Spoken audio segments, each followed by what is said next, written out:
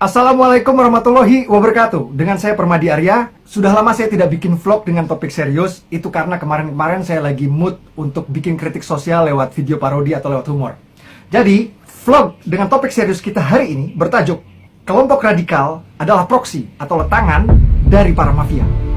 Bukan rahasia lagi, elit-elit penguasa bisnis raksasa kerap menggunakan jasa Islam radikal untuk menguasai suatu ekonomi. Negara-negara superpower seperti Amerika contohnya, itu sudah diketahui sering menggunakan jasa Islam radikal untuk menguasai suatu negara. Berikut ini adalah pemaparan fakta-fakta dari sumber yang kredibel. Diberitakan oleh kantor berita Al Jazeera, ini beritanya, beberapa bulan sebelum terjadi perang saudara di Libya, Gaddafi, pemimpin Libya, sempat berencana untuk memberikan kontrak-kontrak minyak kepada Cina. Lalu, apa yang terjadi? Tak lama kemudian, terjadilah perang saudara. Pada perang saudara yang terjadi di Suriah beberapa tahun silam, Amerika sendiri sudah mengakui bahwa mereka dengan terang-terangan mendanai dan mempersenjatai pemberontak.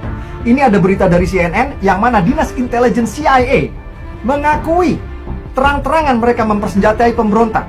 Suatu ironi karena pemberontak ini sangat didukung oleh kelompok Islam radikal di Indonesia yang anti-Amerika. Lalu apa korelasinya fakta-fakta tersebut dengan gaduh yang terjadi di negeri ini 4 tahun terakhir? Bukan saya mengatakan Amerika menjadi dalangnya, tapi saya memberikan satu pola adanya kerjasama antara kelompok Islam radikal dengan elit penguasa ekonomi. Dalam kasus di Indonesia, ada elit penguasa zaman dulu, ada mafia migas, ada mafia orba di belakang kelompok radikal yang memusuhi negara. Banyak berita yang luput dari perhatian masyarakat selama 4 tahun terakhir ini, yang banyak orang tidak tahu. Dalam sejarah Republik Indonesia, ini adalah pertama kali negara berani berhadapan-hadapan dengan mafia, negara berani memberantas mafia elit 1%.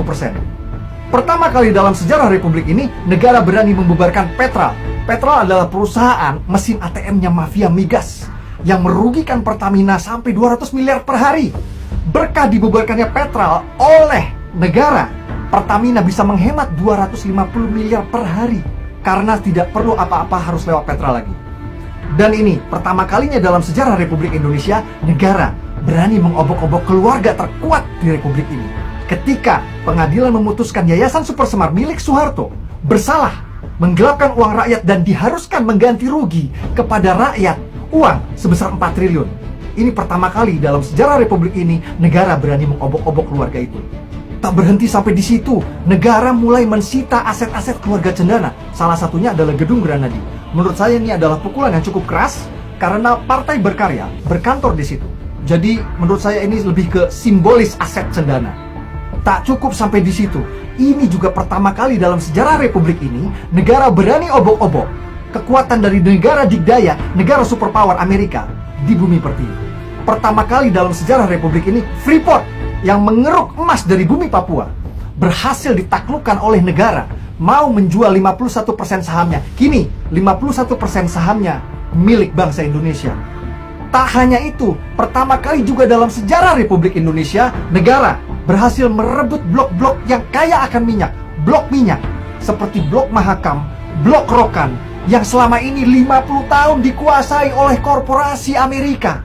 Kini kembali ke pangkuan Ibu Pertiwi. Ini adalah mastermind atau dalang dari segala kegaduhan yang kita saksikan 4 tahun terakhir ini, yakni adanya kolaborasi antara elit penguasa zaman dulu dengan kelompok Islam radikal. Dari kerjasama inilah lahir stigma-stigma anti pemerintah seperti rezim anti-Islam, kriminalisasi ulama, dan sebagainya dan sebagainya. Ini polanya sama persis dengan yang dilakukan di Suriah sebelum pecah perang saudara.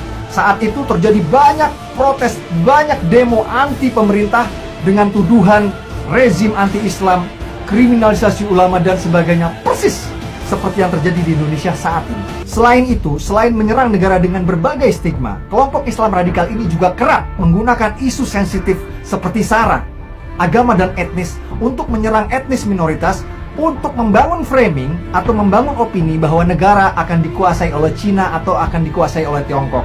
Padahal konglomerat-konglomerat hitam pengeplang dana BLBI itu semuanya mereka mengeruk uang rakyat pada masa Orba karena kemudahan KKN dan kemudahan KTBLC-nya. Baru pada saat terjadi krisis moneter yang begitu hebat, mereka lari dari negeri ini yang juga menyebabkan Soeharto dilengsarkan oleh gerakan reformasi.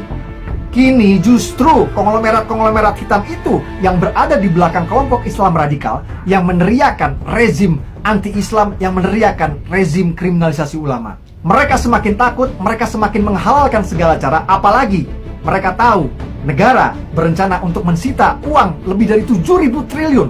7.000 triliun hasil kejahatan mereka yang disimpan di bank-bank di negara Swiss. Jadi ini adalah pertama kali dalam sejarah republik ini negara benar-benar berani memberantas mafia dan menegakkan kedaulatannya. Buka mata Anda, Pilpres mendatang bukan lagi masalah politik, tapi Pilpres mendatang adalah masalah kedaulatan NKRI melawan para mafia dan kelompok radikal yang mereka kendalikan. Apabila menurut Anda vlog ini bermanfaat, klik share dan tebarkan kebaikan. Dengan saya Permadi Arya, Assalamualaikum warahmatullahi wabarakatuh. Kita memandang Republik Rakyat Tiongkok sangat penting bagi Indonesia, jadi kita harus pelihara hubungan baik.